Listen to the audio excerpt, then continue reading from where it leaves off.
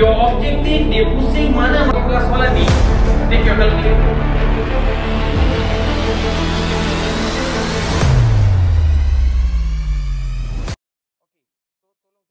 Cikgu, apa yang kita kena faham? Depan ni dia ada nombor 3. Okay, depan bracket ni ada nombor 3. And then kalau anak-anak murid tengok, dekat sini ada 2, ada negatif 4. So bila kita ada depan bracket tu ada negatif ataupun positif, tak kisahlah ada nombor, anak-anak murid automatik kena faham, you mesti kena darab 3 ni kena darab dengan 2. 3 ni kena darab dengan apa? 2. Lepas tu kelas, 3 ni kena darab dengan apa? Negatif 4. So bila kita darab, so kita akan dapat jawapan dia lebih kurang macam ni. 3 dengan ini 3 darab dengan 2, kita akan dapat berapa kelas? 6. 3 darab dengan negatif 4, kita dapat negatif 12. Are you okay with this? Are you okay with this? So depan bracket kalau ada nombor, tak kisahlah nombor dia ke, nombor dia positif ke, nombor dia pecahan ke, jangan risau. Janji apa yang kita kena buat, kita kena pastikan, kita kena darab. Okey cikgu, dah okey cikgu, tapi sekarang soalan ni. Okey, cuba kita tengok balik apa yang dia bagi. Dekat sini dia bagi negatif 3. And then dekat sini dia bagi 4. Yang ni 3/6. Yang ni negatif 5. So apa yang kita kena buat dekat sini cikgu, kita kena darab dia dekat dalam. Bila kita darab dia dekat dalam,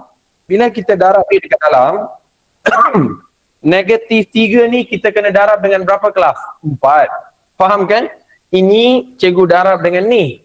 Yang ini cikgu kena darab dengan 3/6.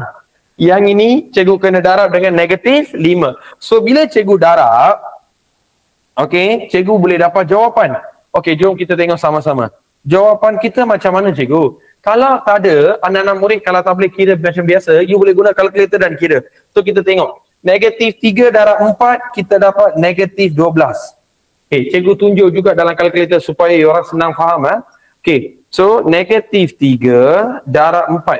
So dalam kalkulator kita tekan macam ni. Bila dah tekan benda macam ni, kita tekan equal, kita dapat apa kelas? Negatif 12. Itu yang cikgu tulis. Okay, bila dah sampai ke sini, simple je. Kita ikut balik negatif 3. Okay, kita kan dah tahu negatif 3. Okey, lepas tu darab dengan 3/6. Macam mana nak tekan per ni? Tengok sini Macam mana nak tekan per ni? Anak-anak murid tengok kalkulator kita ada satu butang ABC punya butang. Okey, kalau you tengok ni ABC dia. Ni butang dia. Okey, so cara kita tekan tu negatif 3 darab dengan 3/6. Cara kita tekan tu macam ni.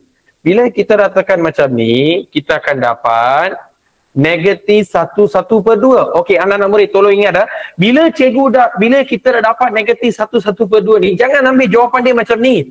Jangan ambil titik perpuluhan, kita ambil pecahan apa? Improper fraction. Okey, so cara dia macam mana? Tekan shift, tekan butang ABC, shift ABC.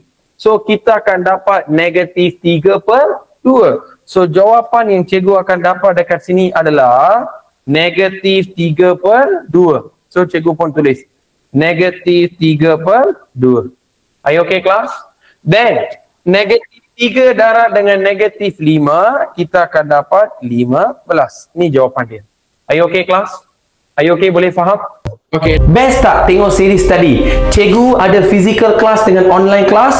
Join kelas cikgu, confirm 200% A.